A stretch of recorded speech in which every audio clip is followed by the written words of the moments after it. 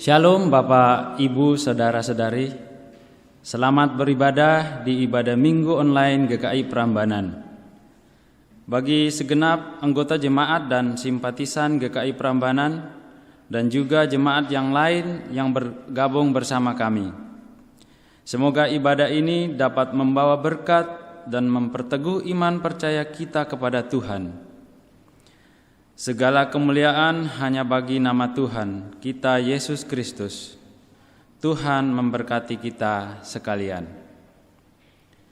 Ibadah Minggu 6 September 2020 dipimpin oleh Pendeta Adi Soselia Patiabara.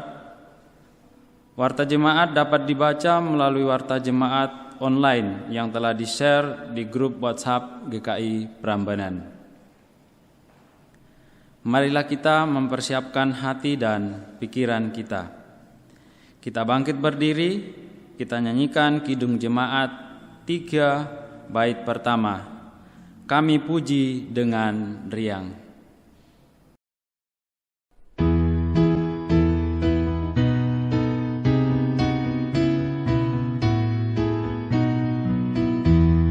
Kami puji dengan riang, Kau Allah yang besar, bagai bunga terima siang, hati kami pun mekar.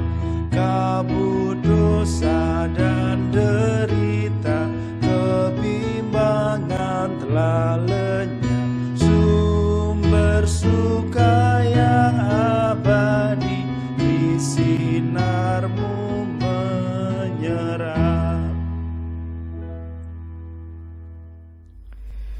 Ibadah ini berlangsung di dalam nama Allah Bapa, Putra, dan Roh Kudus. Amin. Amin.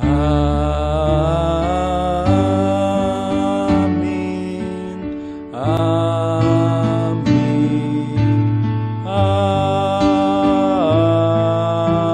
Amin.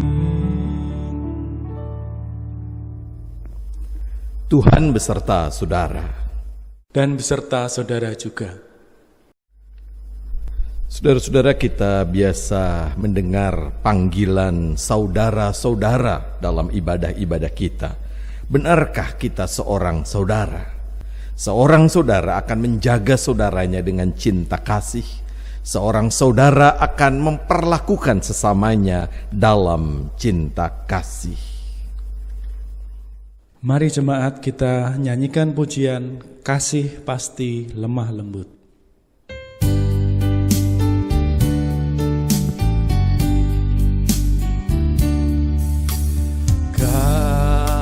Kasih pasti lemah lembut, kasih pasti memaafkan, kasih pasti murah hati, kasih-Mu, kasih-Mu Tuhan. Kasih pasti lemah lembut, kasih pasti memaafkan, kasih pasti murah hati, kasih-Mu, kasih-Mu Tuhan. Ajarilah kami ini saling mengasihi, ajarilah kami ini saling mengampuni, ajarilah kami ini kasih-Mu ya Tuhan, kasih-Mu kudus tiada batasnya. Ajarilah kami ini saling mengasihi, ajarilah kami ini saling mengampuni, ajarilah kami ini kasih-Mu ya Tuhan, kasih-Mu kudus tiada batasnya. batasnya. Kasih-Mu kudus tiada batasnya.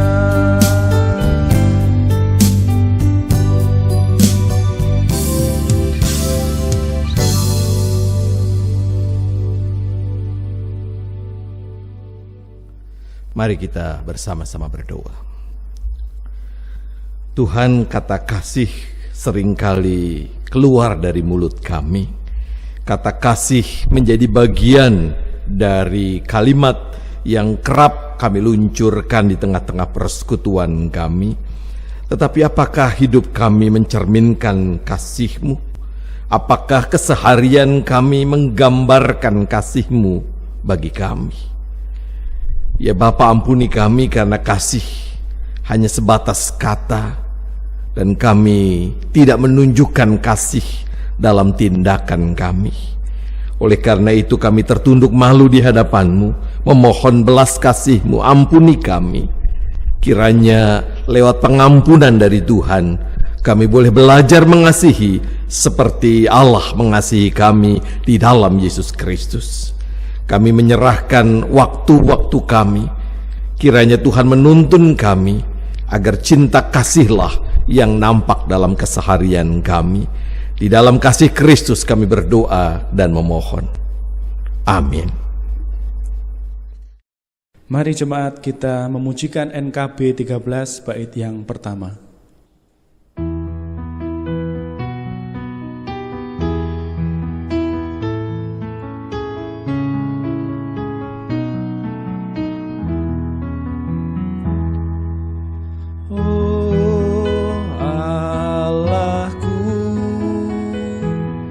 Jenguklah diriku, ujilah hati dan pikiranku. Aku telah berdosa dan cemar. Sucikan dan jadikanku benar.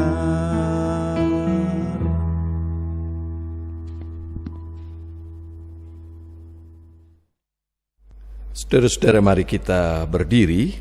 Bagi setiap orang yang dengan rendah hati dan tulus mengakui dosanya, Tuhan memberikan berita anugerah yang diambil dari Mazmur 103 ayat 13 sampai dengan 14.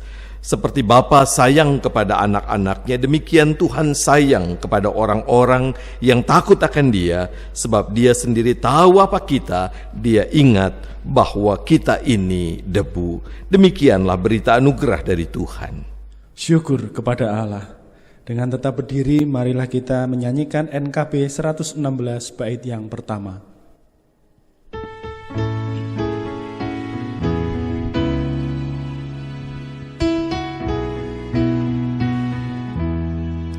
Siapa yang berpegang pada sabda Tuhan dan setia mematuhinya, hidupnya mulia dalam cahaya bahkan bersekutu dengan Tuhannya. Percayalah dan pegang sabdanya, hidupmu dalam Yesus sungguh bahagia.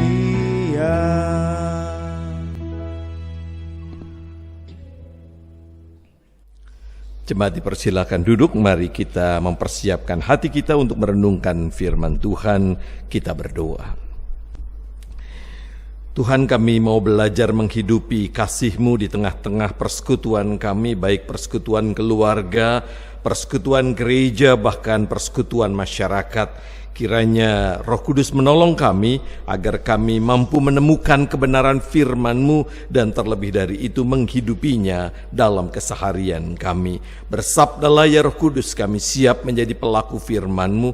Di dalam nama Tuhan kami Yesus Kristus kami berdoa dan memohon. Amin. Pembacaan Alkitab terambil dari Injil Matius pasal 18 ayat 15 sampai dengan 20. Beginilah bunyi Injil Yesus Kristus menurut Matius 18 ayat 15 sampai dengan 20. Apabila saudaramu berbuat dosa, tegurlah dia di bawah 4 mata. Jika ia mendengarkan nasihatmu, engkau telah mendapatnya kembali.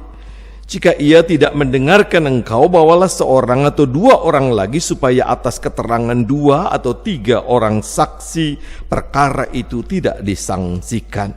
Jika ia tidak mau mendengarkan mereka, sampaikanlah soalnya kepada jemaat. Dan jika ia tidak mau juga mendengarkan jemaat, pandanglah dia sebagai seorang yang tidak mengenal Allah atau seorang pemungut cukai.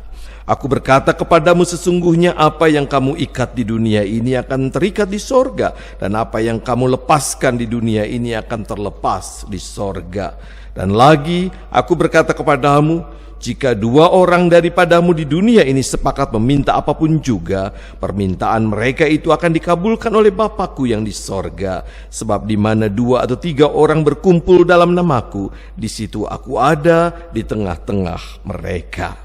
Demikianlah firman Tuhan. Yang berbahagia ialah mereka yang mendengarkan firman Tuhan dan memeliharanya. Haleluya.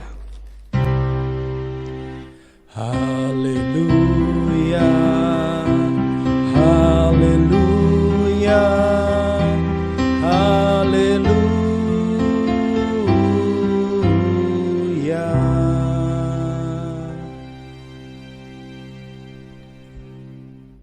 Saudara-saudara, bacaan kita boleh dikatakan merupakan salah satu tips atau etika cara hidup bergereja. Cara hidup ini penting oleh karena gereja berisi orang-orang yang berdosa. Tidak ada seorang pun anggota gereja yang tidak berdosa. Dalam kehidupan gereja ada saja orang yang egois, sombong, keras kepala, dan banyak lagi yang lain.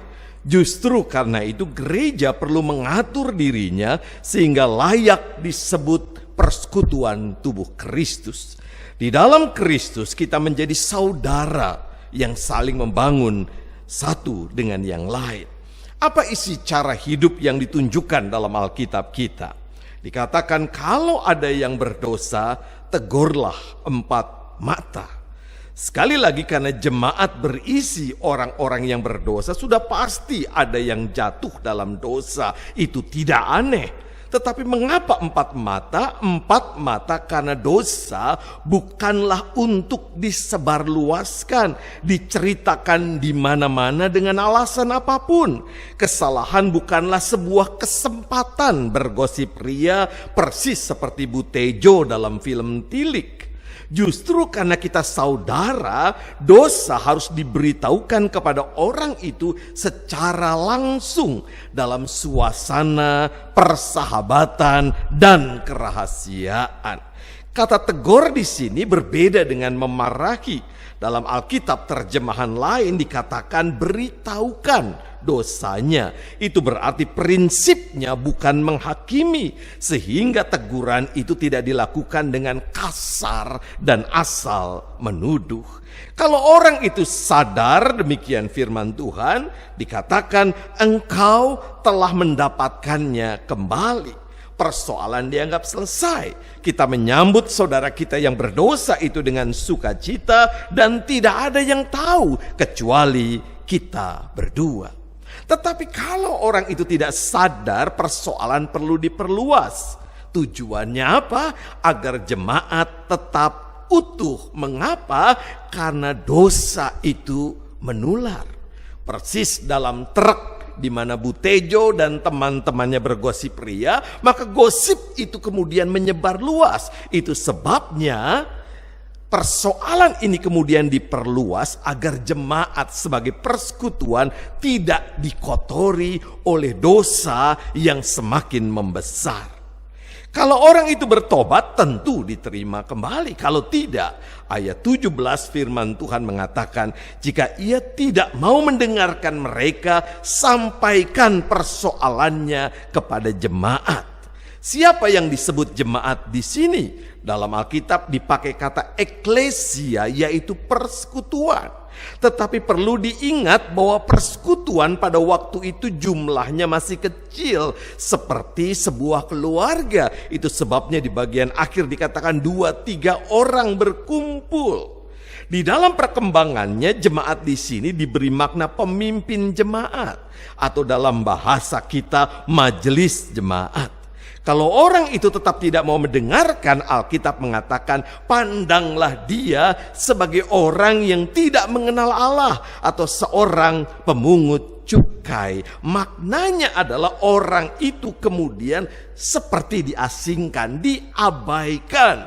Mungkin kita berpikir, nggak apa-apa, kan jemaat banyak, bisa dari satu gereja pindah ke gereja lain, aman, nggak ada persoalan. Tetapi Alkitab melanjutkan pada ayat 18, apa yang kamu ikat di dunia ini akan terikat di sorga, dan apa yang kamu lepaskan di dunia ini akan terlepas di sorga. Apa artinya?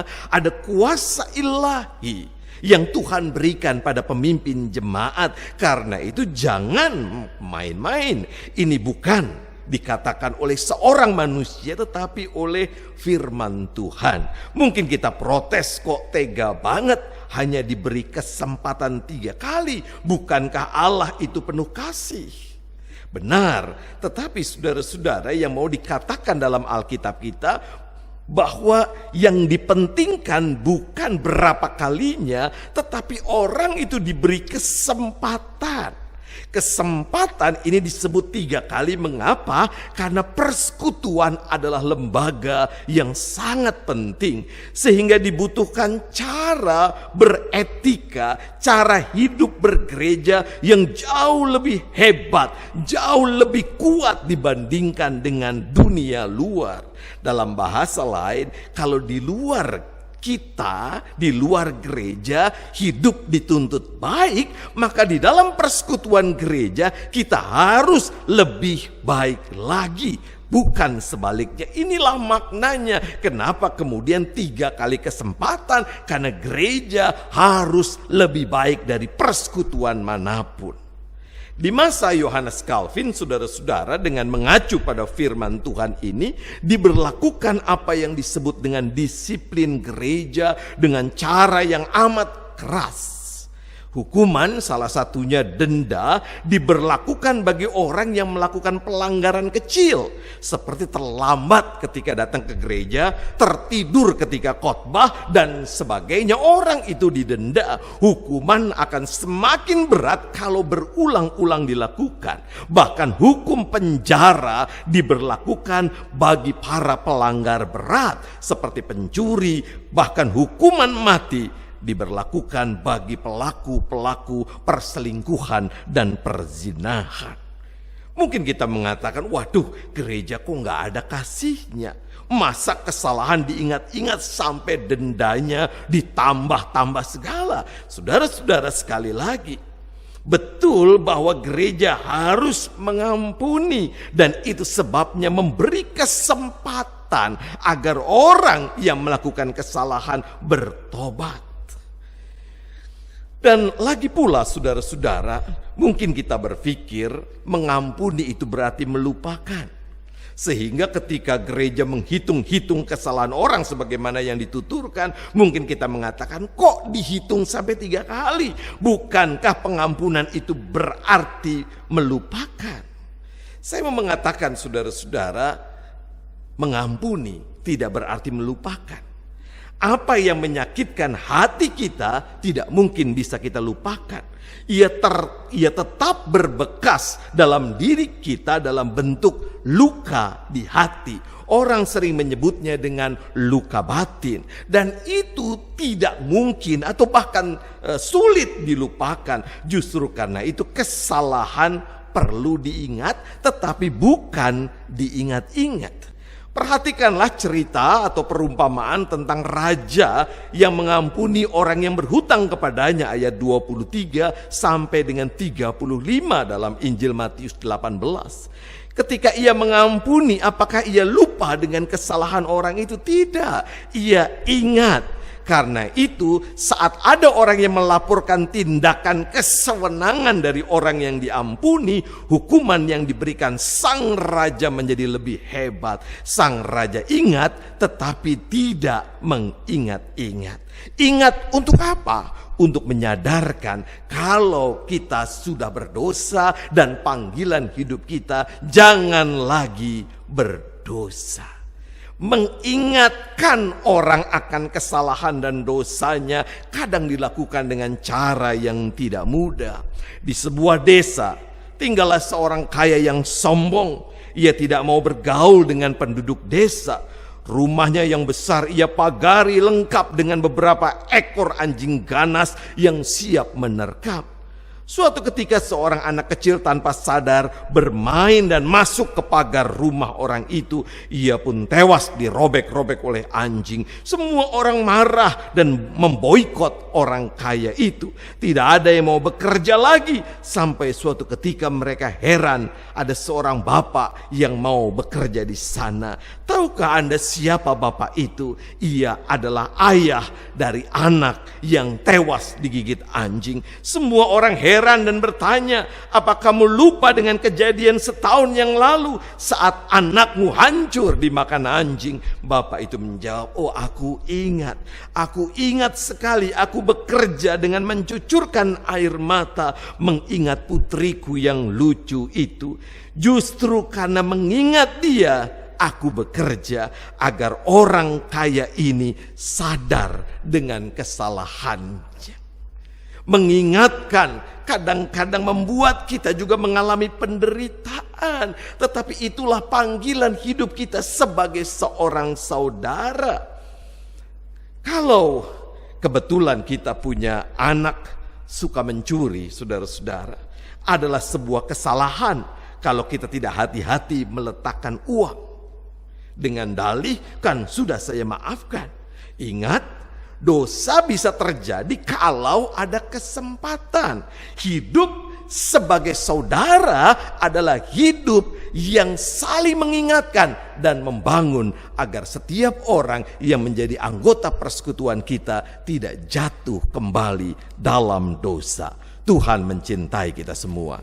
Amin.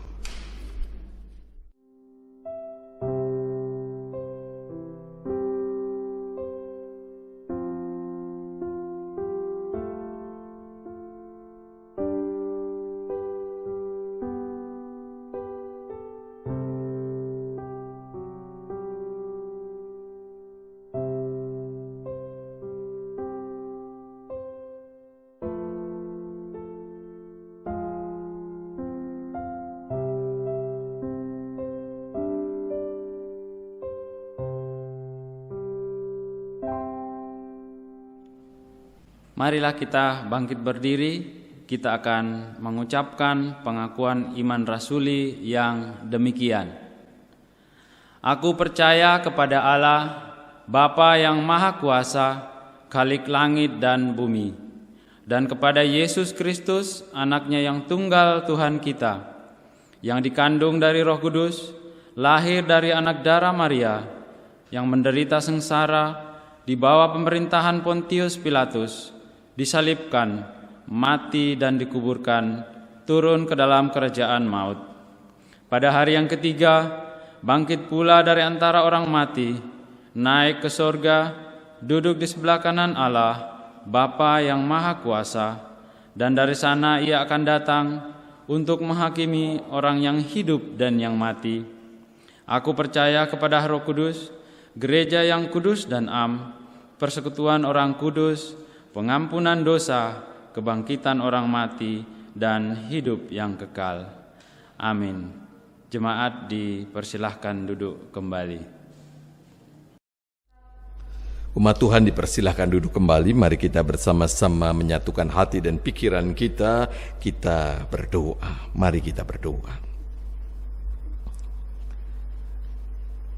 Bapa yang baik, Engkau penuh kasih, dan itu sebabnya Engkau menjadikan persekutuan kami sebagai persekutuan yang menghidupi kasih, persekutuan yang mengingatkan agar saudara-saudara kami sebagai bagian dari persekutuan tidak terjatuh dalam dosa. Karena itu ya Bapa, mampukan kami, berikan kepada kami keberanian untuk menegur, mengingatkan agar saudara-saudara kami tidak hidup dalam lembah dosa. Tidak mudah ya Bapa, bahkan kadang dibutuhkan penderitaan untuk menegur, mengingatkan orang yang berdosa. Tetapi itulah panggilan kami sebagai bagian dari persekutuan yang menjadikan semua orang sebagai saudara di dalam Tuhan. Bapa yang baik, kami mau berdoa untuk persekutuan gereja Tuhan di GKI Prambanan ini. Kiranya Tuhan memberkati persekutuan ini. Tuhan memberikan semangat persaudaraan agar kami boleh hidup satu dengan yang lain, saling mengasihi, saling membangun, saling mengingatkan. Kami mau berdoa untuk para pelayan Tuhan, penatua, pendeta kami. Tuhan berkati agar mampu memimpin, menggembalakan umat-Mu dalam semangat cinta kasih dan persahabatan. Kami doakan juga saudara-saudara kami yang menjadi pelayan-pelayan dalam berbagai macam bidang, dari sekolah minggu sampai lansia, mereka yang mengambil bagian dalam pelayanan online, mereka yang bermain musik, menyanyi bagi Tuhan, juga mereka yang bekerja sebagai karyawan di GKI Prambanan. Ya Bapa, beri sukacita bagi kami dalam melakukan seluruh karya pelayanan kami, agar kemuliaan hanya bagi Engkau saja. Kami mau berdoa untuk program-program kami yang terhambat karena pandemi ini. Kiranya Tuhan memberkati agar kami diberi kesabaran, kami tetap menjalin persekutuan sekalipun secara jarak jauh. Kami mau berdoa untuk kebutuhan-kebutuhan gereja-Mu di tempat ini.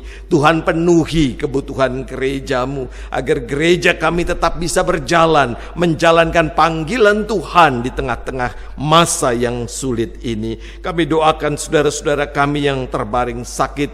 Kami doakan mereka yang terdampak pandemi virus corona ini.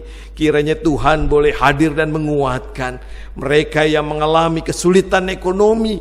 Tuhan yakinkan bahwa kami bersama dengan Tuhan yang hidup. Kami juga mau berdoa, kiranya kami boleh bersehati, saling menolong, agar masa berat ini boleh kami lewati dengan baik dan bertanggung jawab. Kami doakan pemerintah kami, kiranya dapat mengelola negeri ini dengan baik. Di masa-masa semacam ini, kiranya pemimpin bangsa kami dari yang tertinggi di pusat sampai daerah tetap kompak menjalankan tugas panggilannya. Kami doakan untuk vaksin dan obat yang terus sampai sekarang diuji coba, kiranya semuanya boleh mendapat berkat Tuhan hingga pada saat yang Kau tentukan, kami semua bisa menikmati dan hidup dalam keadaan yang baik kembali. Kami mau berdoa untuk dunia kami, kiranya boleh menjadi dunia yang nyaman kami huni. Kami menyampaikan permohonan doa kami yang jauh dari sempurna ini di dalam nama Tuhan kami Yesus Kristus yang telah mengajar kami berdoa.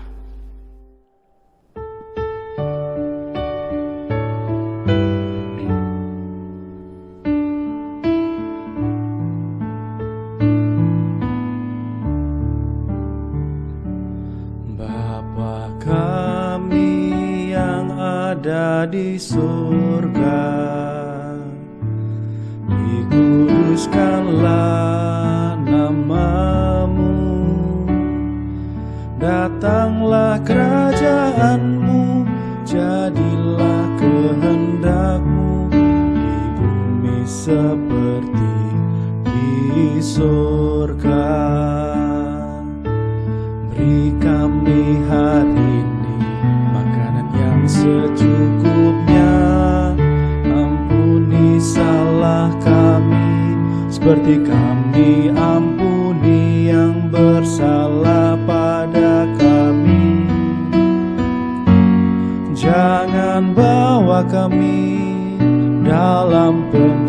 cobaan, melainkan lepaskan kami dari yang jahat.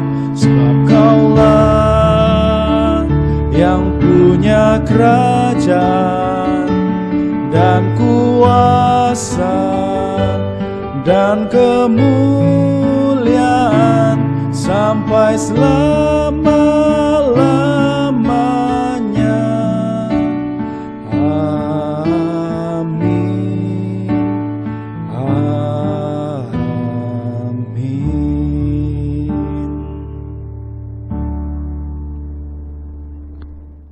Dengan terus bersandar kepada Tuhan, kita yakin dan percaya bahwa berkat-Nya juga terus tercurah bagi kita. Kini saatnya kita mempersembahkan yang terbaik kepada Tuhan sebagai ungkapan syukur kita kepadanya. Ayat persembahan kita terambil dari 2 Korintus 8 ayat 12 yang demikian. Sebab jika kamu rela untuk memberi, maka pemberianmu akan diterima. Kalau pemberianmu itu berdasarkan apa yang ada padamu, bukan berdasarkan apa yang tidak ada padamu. Mari kita ungkapkan rasa syukur kita dengan memberikan persembahan yang dapat ditransfer melalui Bank Mandiri 138 00 1710 2679 atau dimasukkan di kotak persembahan yang tersedia di kantor gereja GKI Prambanan. Mari kita pujikan nyanyian Kidung Jemaat 403 bait 3. Hujan berkat kan tercurah.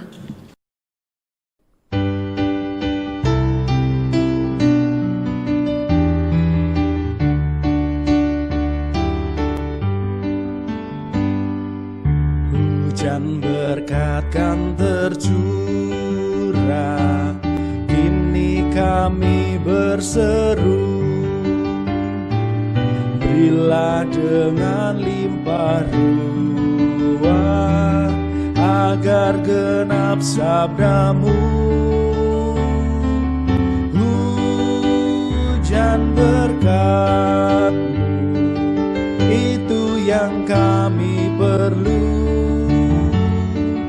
Sudah menetes berkat-Mu, biar tercurah penuh.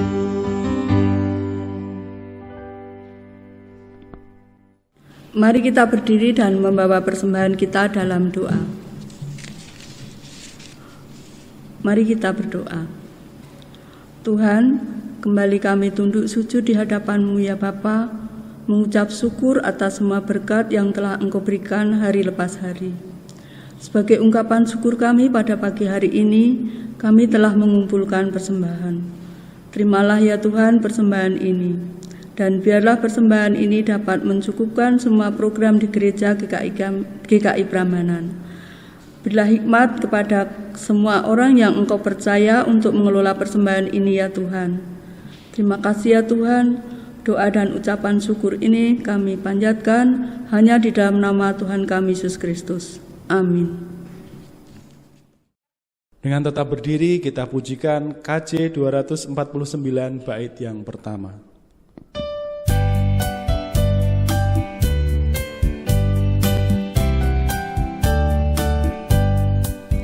Serikat persaudaraan, berdirilah teguh, sempurnakan persatuan di dalam Tuhan-Mu.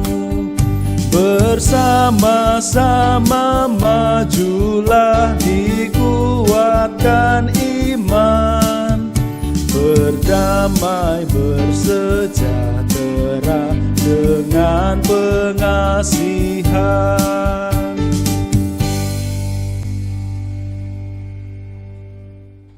Saudara-saudara, arahkanlah hatimu kepada Tuhan, kini terimalah berkat Tuhan. Tuhan memberkati dan melindungi saudara. Tuhan menyinari saudara dengan wajah-Nya dan memberi saudara kasih karunia. Tuhan menghadapkan wajah-Nya kepada saudara dan memberi saudara damai sejahtera. Amin.